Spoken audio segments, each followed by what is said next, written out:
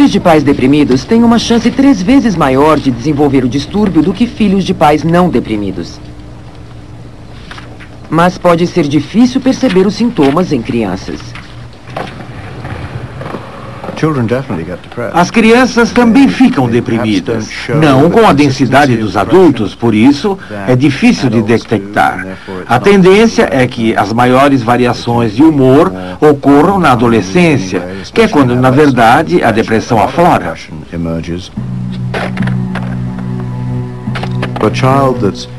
Mas uma criança que vive irritada, que não vai bem na escola por algumas semanas e depois melhora, ou que não dorme à noite e depois passa a dormir bem, esse tipo de inconsistência deve chamar a atenção dos pais, porque isso talvez não se dê apenas por causa da adolescência. Se os pais perceberem emoções exageradas de qualquer tipo, devem levar o filho a um psicólogo. Se ignorarem estes sintomas, a depressão pode ficar mais forte. Este foi o caso de Denise Morrissey. Os pais ignoraram os sintomas dela, assim como os próprios sintomas. O meu pai bebia muito. Ele era um alcoólatra. Ele morreu em 98. E agora, quando penso no seu comportamento, vejo que tinha todos os sintomas de depressão. Mas em vez de buscar ajuda, ele tentava amortizar a dor com o álcool.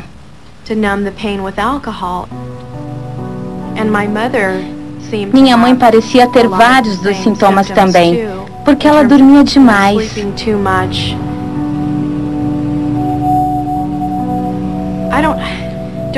Eu não tinha a mesma energia das outras crianças.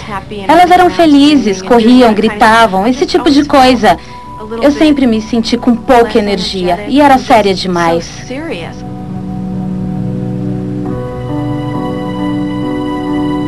Quando Denise chegou à adolescência, a depressão era uma ameaça à sua vida. Na foto, eu estou sorrindo e pareço feliz como uma adolescente normal. Era até chefe de torcida. Mas o que ninguém sabia é que eu estava numa fase deprimida e queria me matar.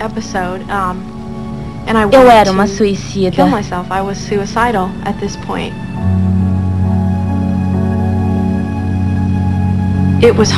Era difícil achar um médico que me levasse a sério.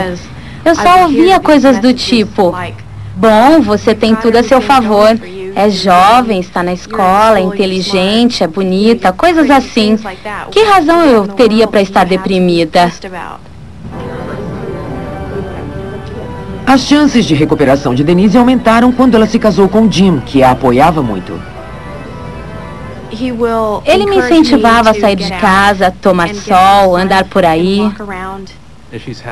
Se ela dormiu mal à noite e vai dormir até mais tarde, como eu saio de casa todo dia às 6 da manhã, eu deixo um bilhete dizendo a ela que sei o que ela está passando. Mas a primeira linha de defesa de Denise é a medicação antidepressiva. Quem nunca tomou remédio pode dizer: você não precisa de remédio para se sentir feliz o tempo todo. Mas não é assim. O remédio te ajuda a se estabilizar. Você ainda tem os episódios de depressão, mas não são tão graves. E dá para ter uma vida e relacionamentos normais. Ela não precisa arruinar a sua vida.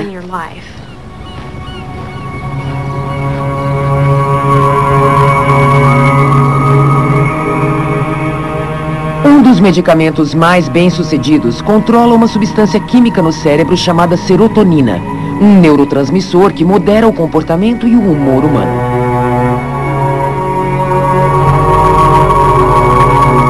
Chamado de inibidor de recaptação de serotonina, ele age nos minúsculos espaços entre as células do cérebro, regulando a quantidade de serotonina e diminuindo dramaticamente os sintomas.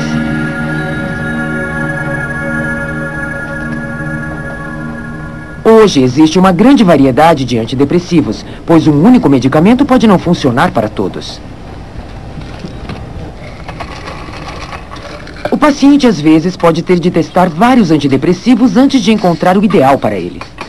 E de acordo com o Dr. Andy Lukter, isso pode causar problemas. Os pacientes desistem facilmente. Eles nem queriam ser medicados e, quando recebem a medicação ou a psicoterapia, se não vem melhora rápida, eles podem pensar, bem, esquece. O problema é que as estatísticas mostram que, se não acertarmos da primeira vez, podemos perder o paciente. Estou no 6º remédio. É um caminho difícil e disseram que a maioria das pessoas desiste. Diagnosticada há 2 anos, Trudy Hinckley testou um remédio atrás do outro. E, nesse tempo, lutava contra outro efeito da depressão, a culpa que os pacientes sentem. O inferno da depressão é que você não consegue ficar alegre por ter filhos saudáveis, uma família maravilhosa.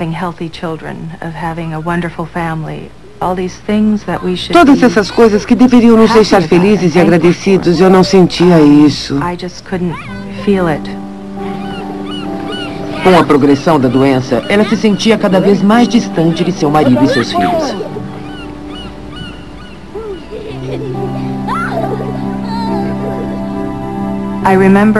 Eu lembro que olhava no espelho e não me ligava a essa imagem.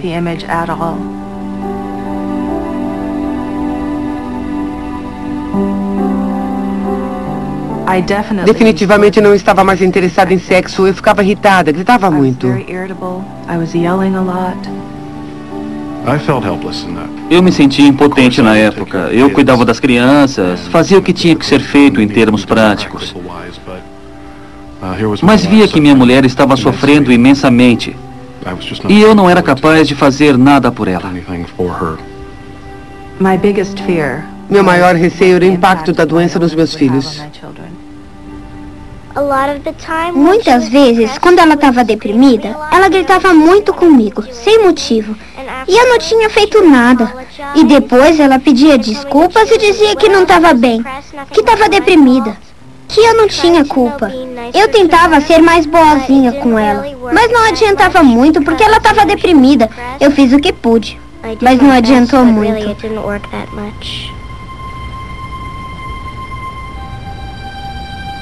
O filho de Trudy, William, era bebê na pior fase da depressão de sua mãe. Obviamente eu estava doente quando ele era pequeno e ele ficava em casa comigo. Eu não conseguia ficar com ele. Eu não conseguia sentar e brincar com ele. Era difícil ler uma história para ele. Uma psicoterapeuta ajudou Trudy a enfrentar a culpa que sentia em relação à família. Mas encontrar a medicação certa continuou a ser um problema. Trudy decidiu agir e entrou para uma pesquisa inovadora na Universidade da Califórnia. Oi, Trudy. Oi. O objetivo era encontrar uma maneira mais rápida de achar a medicação certa para o paciente antes que ele perdesse a esperança.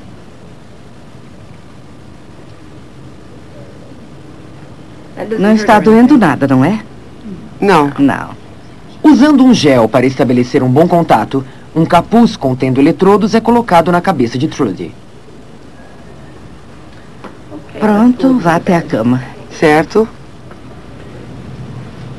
Chamado de eletroencefalograma quantitativo, o objetivo desse deselegante adorno é detectar a atividade elétrica no cérebro de Trudy sob efeito de um antidepressivo.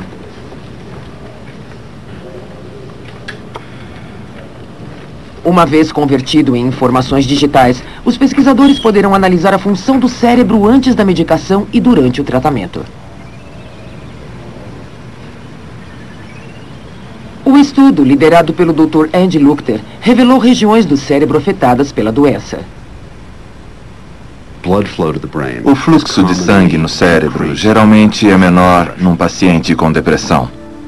Além disso, há certas áreas específicas que podem ser responsáveis pela depressão. Uma dessas áreas é a região pré-frontal do cérebro. Ela é responsável por nossa habilidade de planejamento, de concentração, de realizar nossas atividades diárias. A região pré-frontal revelou as maiores pistas quanto à eficácia dos antidepressivos. Pelas imagens estilizadas do cérebro, o eletroencefalograma quantitativo mostra que as regiões pré-frontais em azul estão sendo normalizadas pela medicação. Nós vemos mudanças nas funções cerebrais que indicam que o paciente pode melhorar em 2, 3 ou 4 semanas após as primeiras doses. Voluntários como Trudy estão ajudando os pesquisadores a progredir nos tratamentos. Enquanto isso, em toda a América do Norte, milhares de vidas ainda correm risco.